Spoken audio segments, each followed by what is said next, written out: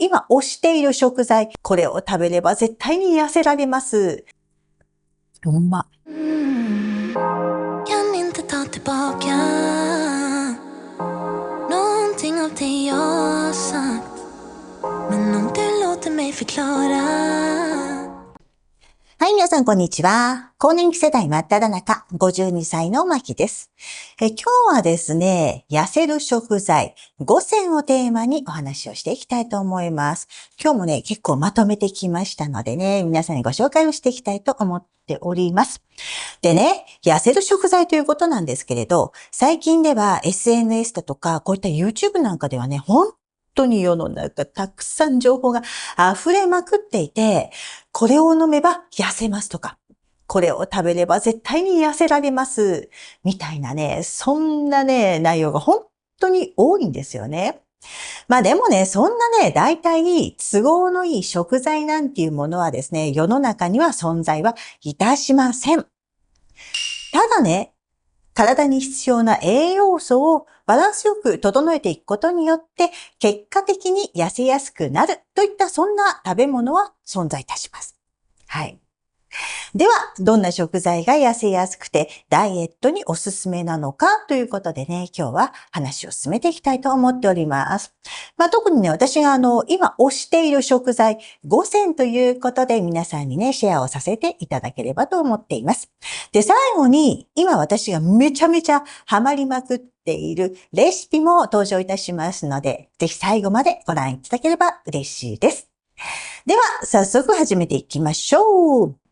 はい、まずは一つ目、納豆です。納豆はね、大豆製品の中でも特にダイエットに食べ物としても有名ですよね。で、私ね、実はね、納豆苦手だったんですよ。でも、ダイエットを始めてから克服いたしました。ちょうど2年ぐらい前にね、納豆のタレで焼肉味っていうのが出たんですよ。で、納豆以前からね、絶対ダイエットにいいから食べてみたいと思ってたんだけど、なかなか食べられなくて、それを試してみたんですよ。それと、キムチだとか、卵だとか、あとメカブみたいなものね、そうやって合わせて食べたら、全然いけて、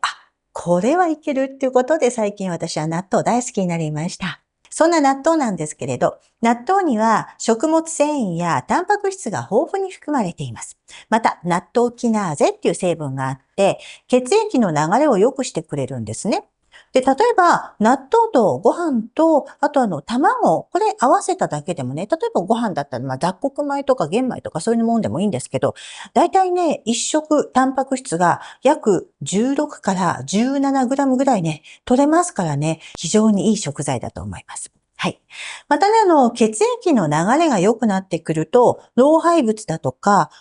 余分な水分の排出っていうのもね、促されて、むくみや便秘の解消にも役立ちます。あと、ビタミン K やカルシウムも多く含んでいるので、骨や歯の健康にもね、役立つということなんですね。とってもいい食材ですね。はい。まず一つ目は納豆でした。はい。続いて二つ目。蕎麦。はい。私、実はですね、蕎麦の国の出身でございまして、蕎麦にはちょっとうるそうございます。はい。蕎麦大好きなんですよね。で、よくね、私、ショートの動画でもお蕎麦食べてるのよく出してるんですけどね、結構1週間に1回ぐらい食べるんじゃないですかね。はい、そんな蕎麦なんですけれど、高タンパクで低脂質、それに食物繊維もめちゃめちゃ多い食材です。タンパク質もね、しっかり入っていて、1食あたりだいたいね、12グラムぐらい入ってます。私基本的に1食分のタンパク質っていうのはだいたい 20g から 25g ぐらい取るようにしているので、お蕎麦の場合だったらもう 12g それで取れますから、そこにちょっとプラスするだけで十分ね、その1食分をクリアできるというわけなんですね。でね、だいたいいつもね、半熟卵とか、ちくわ天とかね、そういうものをよくトッピングしております。もうそれだけで十分にね、タンパク質は取れちゃいます。ちょっとね、天ぷらで脂質が上がったりするんですけれど、それでもね、蕎麦の脂質って 100g あたり、2g あるかないかぐらいなんでね、脂質に関してはね、全然問題ないかなと思っております。他にも蕎麦にはルチンという成分が含まれていて、ポリフェノールですね。血液をサラサラにしてくれたりだとか、あと GI 値が低いんでね、血糖値の上昇を抑えてくれたり、脂肪の代謝を助けてくれたりする成分があります。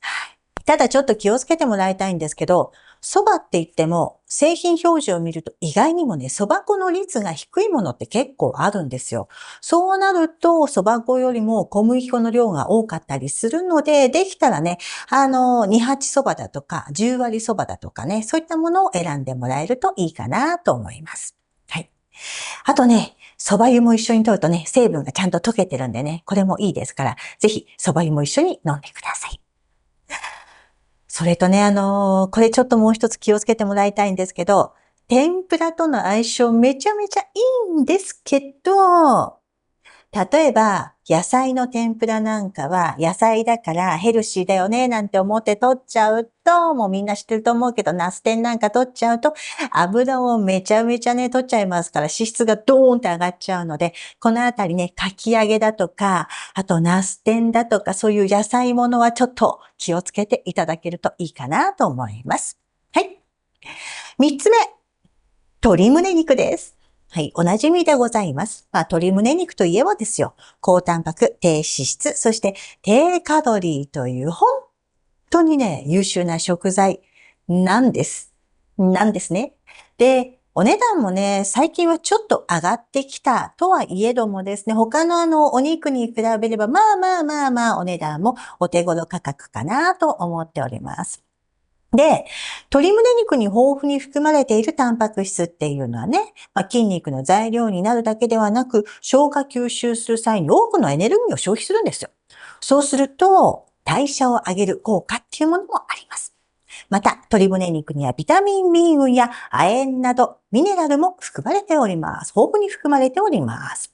ただね、パサパサ感が苦手っていう人も多いと思うんですよ。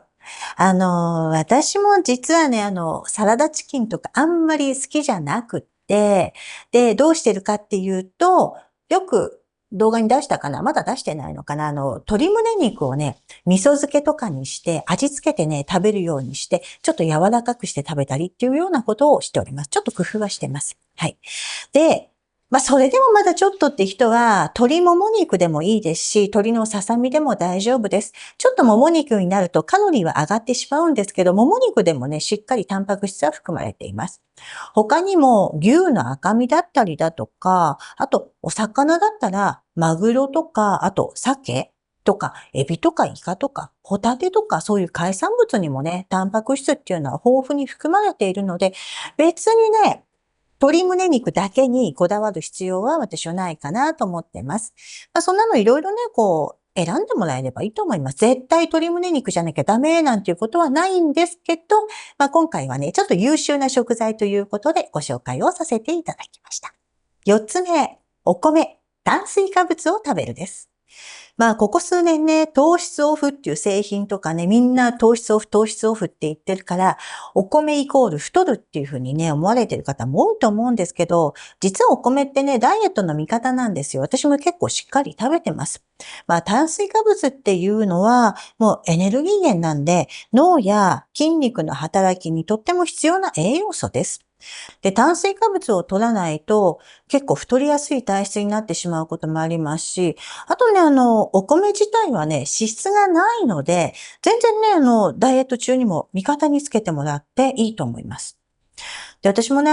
以前はね、そういったいろんな情報に振り回されちゃって、お米とかご飯食べないダイエットみたいなことやったことあるんですけど、確かにね、短期間に体重は落ちるんですけど、普通の食事に戻してしまうと、あっという間にね、リバウンドしてしまったりだとかしちゃうんですよね。私は今、どういうダイエットしてるかっていうと、いわゆる脂肪を落とす。低脂質のダイエットをやってるんですけど、お米とかもちゃんと食べるし、あとお肉も食べるし、あと油分も取るよ、脂質も取るよ、そこそこ取るよっていうようなね、やり方もしてます。はい。で、あとね、炭水化物を抜くダイエットをすると、便秘になりがちなんですよ。私も実際ね、ちょっとケトジェニックっていうね、炭水化物とか糖質をすごい落とすダイエット方法やったことがあるんですけど、これやっちゃうと本当に便秘気味になるんですよね。で、これまでお米にそんなに食物繊維が入ってるなんてね、思ってなかったんですけどね、これ実際やってみるとよくわかるんですけど、やっぱりしっかりそういったものも含まれているんだなっていうことがね、実感されました。あとそれとね、白米は精製されているからあんまり良くないとか言われるんですけど、別にそんなに気にしなくてもいいかなと思います。玄米だとか雑穀米だとか、そういったものの方がね、確かに食物繊維だとか、ビタミン B 群などの栄養素っていうのは豊富に含まれてはいるんですけど、別に低脂質っていう観点では、白米でも特に問題ないかなと思います。ただその血糖値のね、上昇だとか気になる方はちょっと変えてもらってもいいかもしれません。はい、そんな感じです。5つ目、プロテインです。これ、ダイエット中にはね、カロリーを制限する場合が多いので、本来はタンパク質をお魚だとか肉だとかそういった食品から取るのが理想なんですけれど、なかなかね、肉とかお魚にはそれなりに脂質もあるので、1日のタンパク質量を食品だけで取ろうとするとね、結構カロリーオーバーになっちゃう場合もあるんですよね。で、そんな時に便利なのがプロテインドリンクっていうわけなんですね。プロテインには余分な脂質だとか糖質がね、比較的少ないので、必要なタンパク質だけを手軽に取れるっていうことでね、とっても便利な飲み物です。ただし、プロテインも飲みすぎれば、当然カロリーオーバーになっちゃいますし、お腹の調子をね、崩すこともありますのでね、そのあたりはご注意をいただければと思います。プロテインの種類なんですけれど、牛乳由来から作られるホエイプロテインや大豆から作られるソイプロテイン。だいたいね、この2つぐらいがね、結構メジャーなプロテインです。他にもね、カゼインとか、あと卵とかね、あとエンドウ豆とか、最近ちょっといろんなものがあるようなんですが、だいたいね、ソイかホエイが多いかなと思います。プロテインは栄養補助食品としては優れたものになりますのでね、こちらもね、うまく活用してもらうといいかなと思います。で、今回私がですね、ちょっとご紹介をしたいプロテインがありますのでね、こちらですね。はい、こちらです。はい、今回ご紹介したいのが、この UFIT のソイプロテインです。ちょっと最近これ私気に入って飲んでおります。このプロテインなんですけれど、国内製造の大豆タンパク質を使用していて、人工甘味料だとか着色料不使用という点でもね、すごくいいかなと思ってます。やっぱりそういうとこちょっと最近気になりますからね。あとカロリーが1食あたり94キロカロリー、タンパク質量が 17.9g、脂質がね、0.9g っていうね、なかなかこのあたりもね、製品としては非常にいいんじゃないかなと思っております。で、最近私はですね、ソイプロテインをちょっとね、飲むようにしていて、ソイでもホエイでもね、別にどっちでもいいんですよ。どっちでもいいんですけど、自分の体にはどっちが合ってるのかなっていうことでね、ちょっと試したりしてます。いろいろね、試してみるとね、また違ってくると思うのでね、やってみております。で、なんでね、ちょっとソイプロテインにしたかっていうと、タンパク質には悪玉菌を増やしてしまうっていうようなこともあるそうなんです。でもね、このソイプロテインには食物繊維だとか、あと腸内環境を整えてくれる、そんな効果もあるってことで、ちょっとこれを取り入れております。さらに、ソイプロテインには女性に嬉しい大豆イソフラボンっていうのがね、豊富に含まれています。これはね、女性ホルモンに似た働きをしてくれるので、美肌だとか美髪、美容効果なんていうものもありますし、あとね、さらには骨粗鬆症だとか、更年期障害、これにもね、予防効果期待できるっていうふうに言われてますので、ちょっと最近これをね、取り入れるようにいたしております。というわけで今日は、この UFIT のソイプロテイン、黒糖きなこ味を使った私が今激ハマりしているスムージーを作っていきたいと思っております。はい。では早速、黒糖きなこプロテインを使ったバナナスムージーを作っていきましょう。はい、材料です。UFIT の黒糖きなこ味のソイプロテイン。こちらです。はい。バナナ、バナナ、バナナ1本で大丈夫です。結構いい感じになってんですけど、私もっとね、黒くしても大丈夫です。結構ギリギリまで黒い感じになってまで私は使っております。はい。で、今日はね、これをね、バナナ冷凍にしました。冷凍の方がね、味ギュッとして美味しいので、冷凍のバナナを使います。あとは、アーモンドミルク。はい、これ、材料3つだけです。はい、こちらを使っていきます。はい、じゃあ早速作っていきましょう。でね、視聴者さんからよくね、プロテインは何がおすすめですかって聞かれるんですけど、これもね、正直なこと言ってズバリ味です。プロテインって結構今いい値段するんですよ。どうだろう？ 3、4千は平気ですし、高いものだったら5千以上するものもあるんですけど、やっぱりね、その値段を出して、それがね、美味しくなかった時にね、めちゃめちゃテンション下がるんですよね。あとね、残ったこのプロテインどうしようみたいな風になるんでね、やっぱりね、味は本当大事です。ちなみにね、この UFIT のソイプロテインなんですけど、今日はね、このバナナでね、スムージー作りますけど、これ普通にね、お水でもいいし、私はアーモンドミルクがおすすめなんですけど、アーモンドミルクで割って飲むだけでもめちゃめちゃ美味しいです。結構ソイプロテインって大豆の特有のこう、匂いっていうかがあるんですけど、これはね、そういう香りではないです。で、あとね、ちょうどね、なんていうのかな、きなこ味なんで、ちょうどきなこのいい感じのね、口当たりするので、すごく飲みやすいです。じゃあ、まずは、だいたいね、アーモンドミルクから入れてください。はじめにね、プロテインって先に入れちゃうと溶けにくいんで、まずは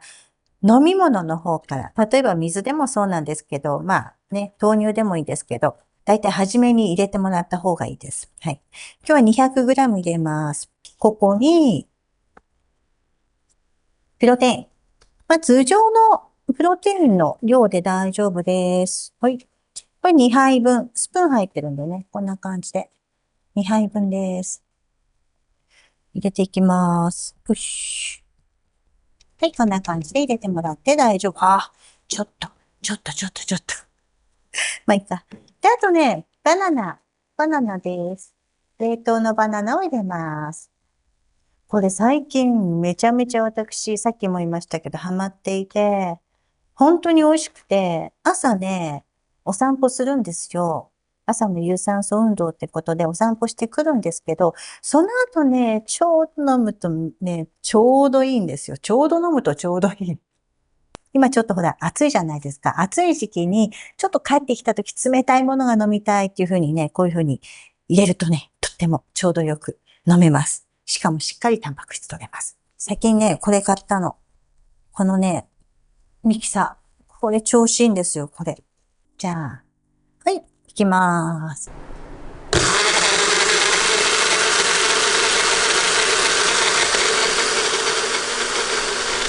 オッケー、オッケー、オッケー、オッケー。はい、完成。これだけです。はい、はい。黒糖、プロテイン、バナナスムージーの完成です。では、早速いただいてみようと思います。これね、本当に美味しいの。本当に美味しいの。あのね、マック、マックシェイク。マックのシェイクと変わんないぐらい美味しい。甘さも控えめだし、このバナナとちょうどね、黒糖の味がね、めちゃめちゃ合う。で、スムージーだからもうね、こんなんね、スイーツですよ、スイーツ。うま。これね、例えば朝、朝食食べるのがちょっと得意じゃないっていう人とかもね、いらっしゃると思うので、こういうふうにね、プロテインと糖質、バナナね、合わせてもらえればね、十分にね、朝食としてもいいんじゃないかなと思います。本当はね、固形物食べてもらいたいんですけどね、固形物と一緒に合わせることによって、まあ、朝ね、代謝が上がりやすい体になるんですけど、でもまだね、ちょっと厳しいって人だったらこれでもいいと思います。で、今回なんですけれど、ご紹介いたしました UFIT さんのプロテインなんですが、特別にですね、5% オフのクーポンを発行してもらいました。概要欄の方にね、入れておきますのでね、ぜひね、そちらもチェックしてもらえるといいんじゃないかなと思っております。はい、というわけで本日は以上でございます。また何か質問などありましたら、メッセージ欄の方に書き込んでいただければですね、私、細々とお返ししていきますし、最近ちょっとメッセージ増えてきちゃったので、なかなかお返しできないんですけれど、皆さんのメッセージはしっかり読んでおりますので、それをね、見せていただいて、またこんな感じでね、動画にしていきたいと思っておりますので、よろしくお願いします。では、また次回の動画でお会いしましょう。バイバーイ。これ本当におすすめ、本当におすすめ、本当におすすめ。